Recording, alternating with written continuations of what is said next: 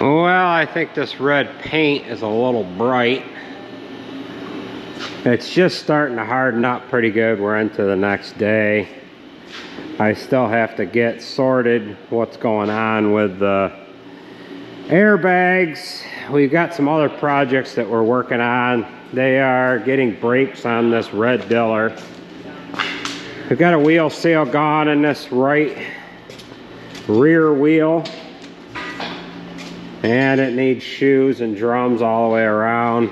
We'll throw a couple of left axle tires on it. We got something going on with the fan motor on this tanker as well. When they were using it the other day, they ran into some issues. Jared's got some more work that he's doing on this truck 7. He's working on that tanker as well. And then we've got Nate over here putting a brake chamber on the C5. So I'll go ahead and show you what we're doing outside. I've got an oil leak on the Western Star that I need to get sorted. That's real simple, but Jared's getting some ground wires hooked up here, and he was monkeying around with his clutch linkage, and the coolant package should be able to go into it here soon. So this valve body here is weeping a little oil, and I'm not sure where it's coming from. Could be coming from here. But we'll have to hose this all off and run it and see where it's coming from, because it's got this all wet. And being that it's new, we shouldn't have the problem with it. Well, we've got this cleaned up. I unbolted the valve, however, I don't need to actually split the valves apart.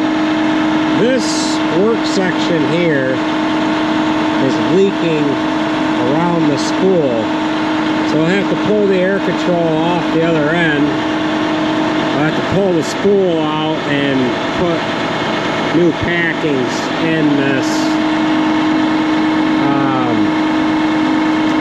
valve here for that spool.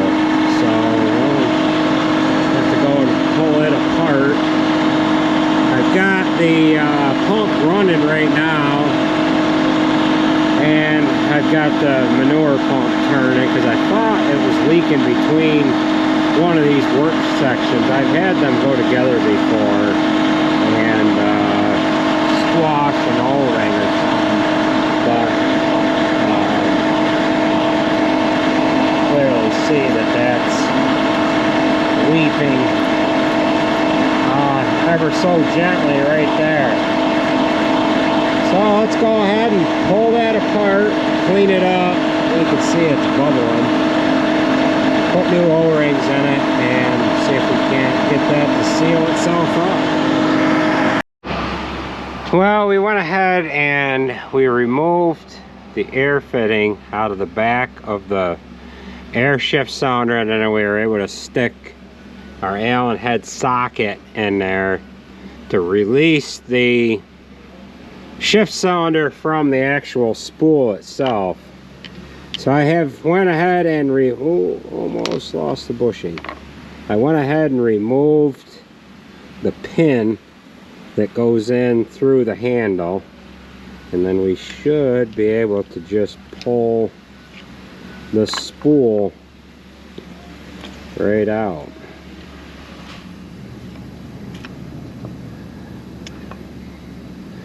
So this spool here is a single acting spool, and I might have to shut the oil off there. I'm not sure. I shouldn't have to because we're higher than the tank.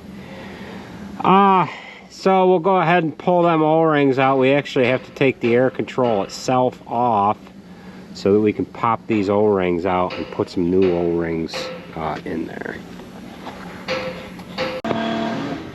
Well, apparently the guy that assembled this did not have the proper O-ring in there. So this little black guy right here, that was not in there. So we're gonna go ahead and install one. We're gonna have to talk to the guy that assembled this, and we're gonna have to see why that is that he did not have the O-ring in there. So we're gonna have to go ahead and pull the air control off the other side, because there might be a slight chance that it might be missing on that end too. So we were doing so much goofing around here with trying to get this valve set up the way I wanted it, that I had this put back together. Here's your excuses. I had this all put back together, and I was just going to return port A to tank, and then the valves that I ordered, the spools that is, they came in, and what I had ordered was a single acting spool so that I didn't have to return oil out of A here to tank. So you can get these valves, you can get them, instead of 4-way, you can get them 3-way. However, I wanted to use this body because I had it. This is a high boy body, and we just have a port relief in this one end here for a plug, because they are sold out of the plugs. So this is a single acting spool. We've got the center of it, which what there should be is another machine cutout like this here down on this end, but there is not. So this is all solid. So we'll get our other screw in this cap here, and then I better pull that air control on the other side and check the O-rings on that as well. And we'll just get this guy fastened here. A lot of screwing around, but at least we didn't have to split this valve apart, because that's a mess when you have to do that. So I've got to go get a 1/2-inch socket. We'll remove the air control from the other end, and then we can do the same thing. Alright, so we can push our spool back in here.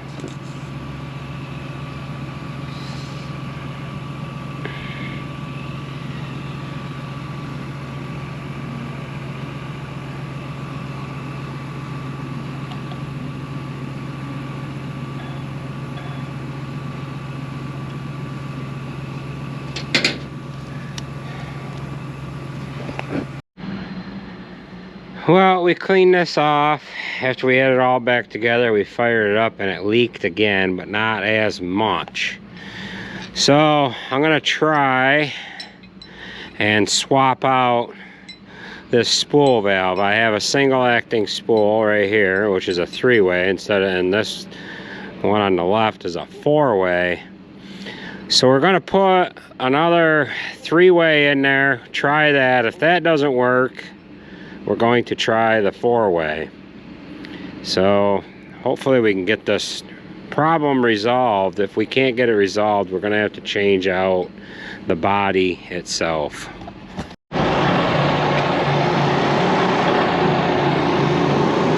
Alright, so we've popped another spool in there, and damned if that one isn't leaking as well.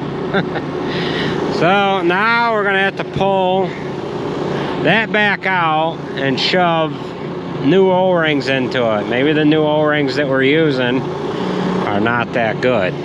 So let's go ahead and try that. Well, we're gonna go ahead and try another O-ring.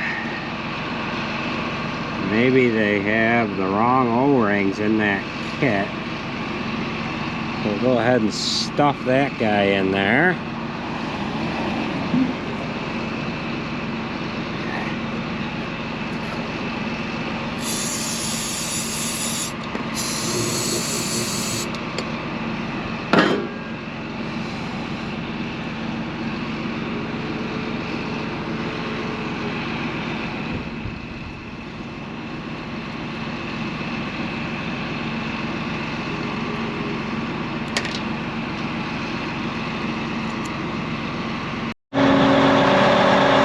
We've had some ongoing camera issues here, so I don't know how much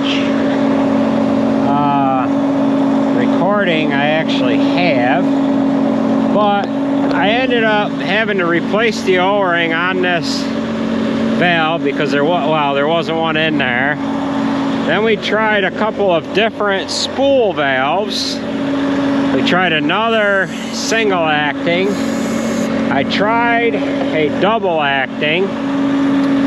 That didn't work. Then we ended up replacing the the new O-ring that we put in with an older one from another valve. And that seems to be working. So we're not leaking at all. So I might as well go ahead and put my pin in for my lever.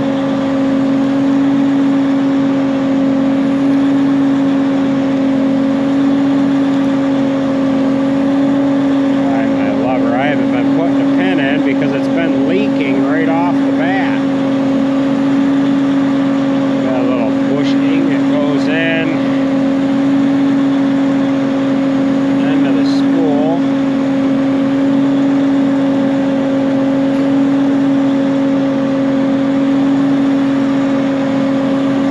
Now we'll see if we can line up our pin.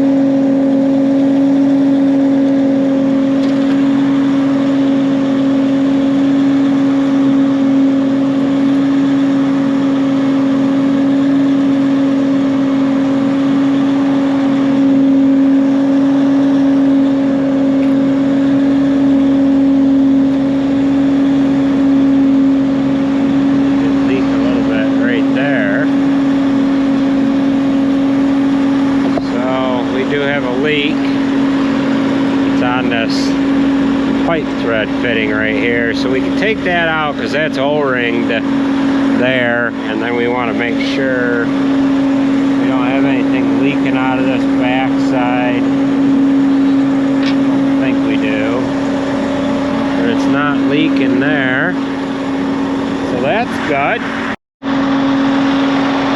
Alright, so I think we have this problem solved. It took a little bit of screwing around to get there. Well, we got it anyways. I'm gonna pop this fitting out, pull that 1-inch pipe thread fitting out of there, re-dope it up and put it back in because that's weeping a little bit. So we just got to put the bolts back in the valve, and then we'll hose this all off, and then this job will be done. That's what's nice about new stuff. You got warranty to take care of these little problems. Well, we've got everything sealed up, washed off, blown off. Now we'll go ahead and reapply some fluid film since we washed most of it off. The valve body and the top of the frame here. So, got our jug set up. We'll go ahead and spray it down.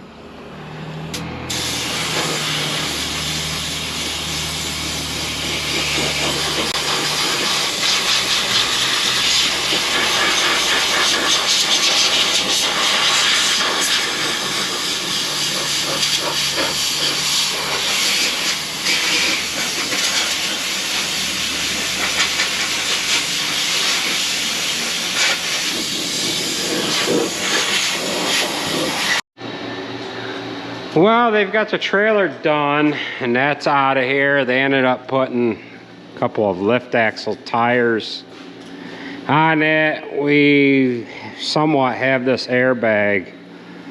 Situation resolved. I had to order them from somebody else because the company that I originally ordered the wrong ones from, they have no answer on whether or not the stock that they have is correct to where they could swap out the wrong ones and send the right ones. So we have a hydraulic problem with the C5. We ran into it a while ago. It went through a hydraulic pump over the summer, and then we've had some other issues with it, and we have determined that oil has been hanging up in this valve. Now, for a short time here, it was a few years that I could not get my hands on them commercial valves, and I was using these, I don't even know what kind they are. We put, truck 15's got it, 14, Freightliner, this one, and the 900. Tim's standing beside me. We're thinking together here. So we're going to change this out. This was set up with a 4-way valve, double acting, motor spool for the tanker. And then we ran power beyond going to the belt trailer. So we're going to go ahead and get that off in there. It loses pressure after a while. We're not so sure if maybe the hydraulic pump's not junk too because of the heating that we have done to it. So I've got another valve assembly here that we're working on. Oh, the studs, I didn't have studs long enough, so I had to cut down a couple of long ones to get through it. And I'm putting together a valve section here. I've got a single acting valve and a motor spool. I don't have a motor spool yet. I've got to pull the spool out and put a motor spool into it, and then we can get this mounted on the truck. We're just going to mount it on its side right to the truck frame. Being that we have all the bulkheads already kind of set up, we're just going to leave this one alone. We can just come off of it with the hoses that are already made. Bang, go right to the valve. This one and the 900, when we ran the power beyond, we had to run a loop. So we've got a loop hose there that's just on there for now. We tried running the tanker earlier through the power beyond. It would hold at like 2100 psi, just idling manure, and then it fell on its face a couple of different times. We swapped out a relief. I thought it was the relief. I was hoping that it was going to be the relief, but that did not do the trick. So we've got to start with the valve. We have some problems with the control valve on this one. Now, these got a goofy bonnet on them. I don't know if did I drill holes in this one? No, I didn't. There's a spring cup inside this bonnet right here. There's like a ball and socket on how that works. This one with it mounted on its side is not too bad, but the other ones, this boot is ripped. The other ones, when they're mounted on a plate to where the handle, this handle is horizontal right now, which I thought there was a way to put them the other way too. Yeah, I don't know. Well, at any rate, these bonnets get screwed up. We usually drill a hole in them so that the moisture can get out. Rust builds up in there and they'll lock themselves. They won't return to neutral. So that is one hang up with those valves. We'll show you once he gets it off of there. But it is, yeah. We're going to have to drill some new holes, I think, in the frame. Oh, he's got her off in there. And we'll mount the commercial right alongside or right on the frame. So he'll bring this one over. I mean, there's quite a size difference. This is probably equivalent to like a DVA 20. I mean, that's tiny. Here is a work section here.